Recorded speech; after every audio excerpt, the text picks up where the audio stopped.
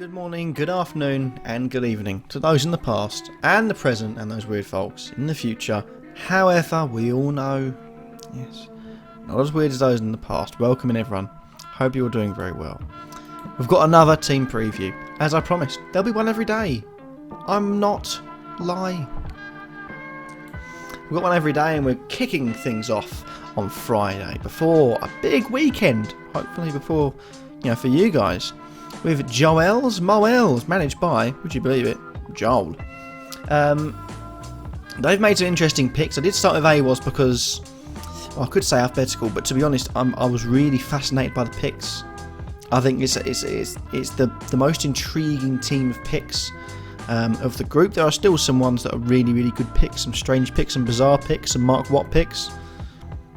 We'll get onto them. But yeah, kicking off today, we've got Joel's Moles, a team that I think there's a couple of teams in this tournament now that have a terrifying front line. I think this is one of them. So, in terms of players that are returning to Joel's Moles, I believe they've got 7 people that played for them in the SCITT. Callum Garden, I think, was during the draft. The other 6, you're looking at Chris Lynn, Ross Taylor, Owen Morgan, and Marcus Stoinis. 4 of what I think is a predicted top 5.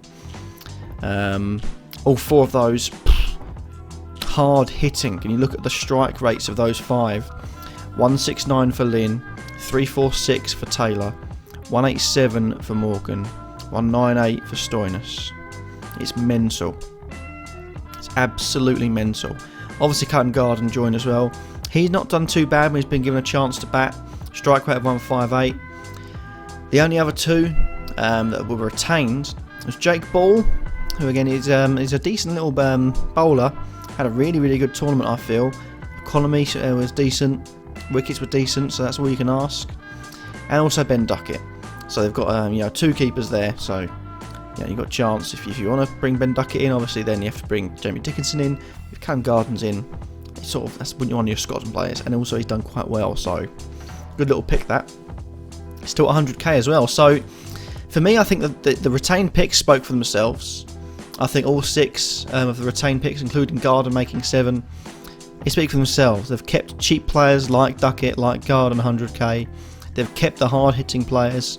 And the one bowler I felt like that towered above the rest, barring Sandeep Lamishane, when Jake Ball, I think that's a good pick. And also he's only got up to 150k, so really good stuff for that. When it comes to players that they new players that have drafted in, only 4 of them.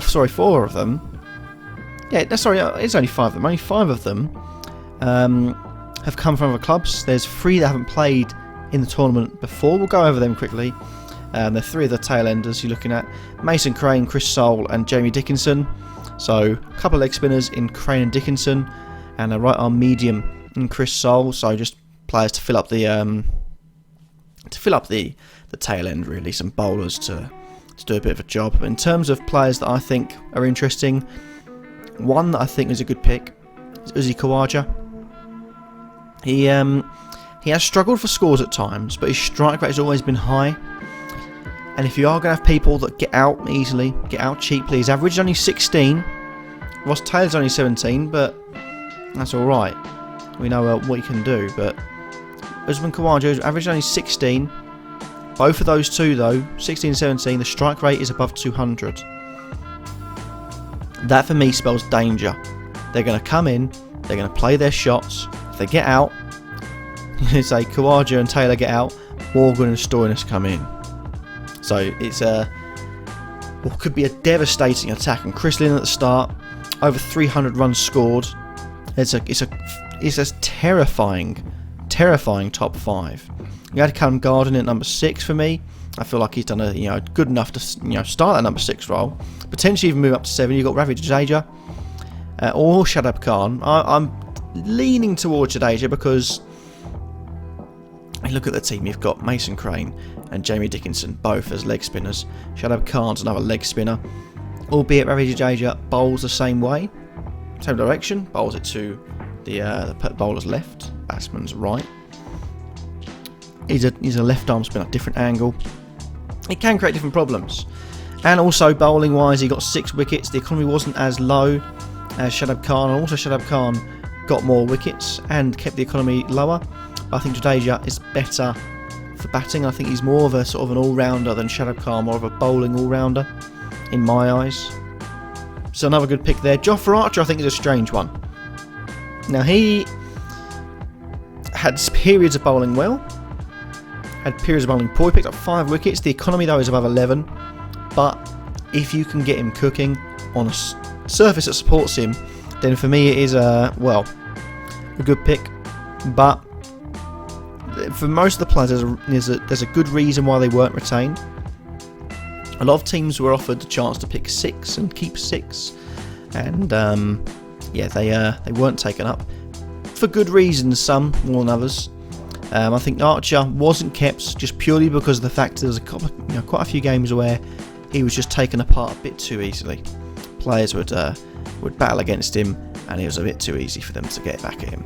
The only other players that have been selected from other teams, Shadab Khan obviously coming in, is another spin option. It's a man that you could probably put 8 or 9, bowl 2 overs and do a decent job, and also bat a bit if you get down that low, which means also you've got the option to put him at 7 or 6 and he'll still do a decent job. 20 off 9. I mean, the strike rate's above that, so above 200, so need you really go into that more detail. And Hardik Pandya, a man that did not play at all for Ben in the Pies. Only 150k. I think that's a bit of a dark horse. Now I'm going to keep an eye on dark horses during this tournament. I'm going to make different videos, pre-record them before the tournament starts, for dark horses, for people that I think could flop, people that I think are good bargains, people I think are overpriced, and go through everything. Because as much as I did do the pricing, I did do the draft for everything, I tried to make it fair. And some people, I look back and I think maybe that was a bit too expensive, maybe that was a bit too cheap. I think the fact that Hardik Pandya was 150k last time and snapped up wasn't played, and now was 150k this time, for me that shows that he's a bit of a danger.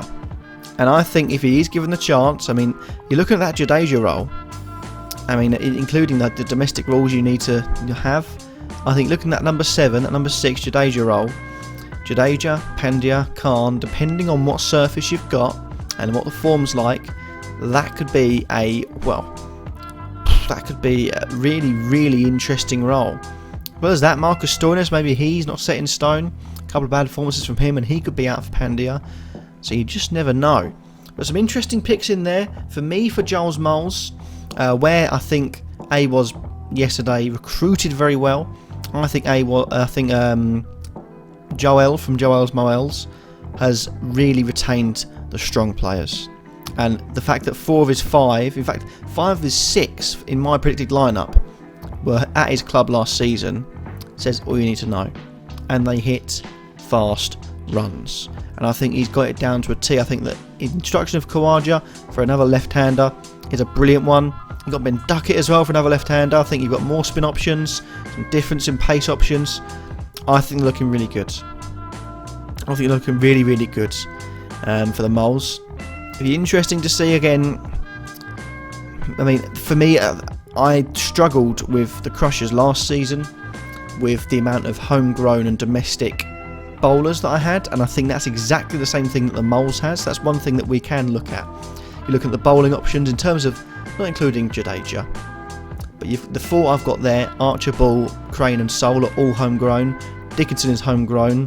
The only 2 that aren't really homegrown that you consider sort of number 7s, Jadeja and Khan. You've got Pandya and Stoinis as well that aren't homegrown, so there's not too much room for change in terms of that 8 to 11.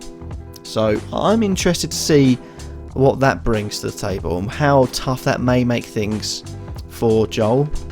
But it may mean that he has to sacrifice Lynn, Khawaja, Taylor, Stoinis or Jadeja, bring in a Ben Duckett, just to bring in a bit of a difference in maybe Pandya or Khan. I don't know. But I think that could be a bit of a problem area for him. But there we go. I think that's summed it up. The top order is scary. I'm worried for Joel and his domestic homegrown attack, but we wait and see. The skit is just around the corner. Thank you all for watching. Again, let me know who you want to see in tomorrow's video, and I won't listen because, as I said, these are done already in an order. I may listen. I may change videos. But who knows. Anyway, cheers for watching. You've been an audience. And I'll see you tomorrow for another team. Who is it? I don't know. I can't remember. But adios. Auf Wiedersehen. Farewell. And smile. No sneezing today.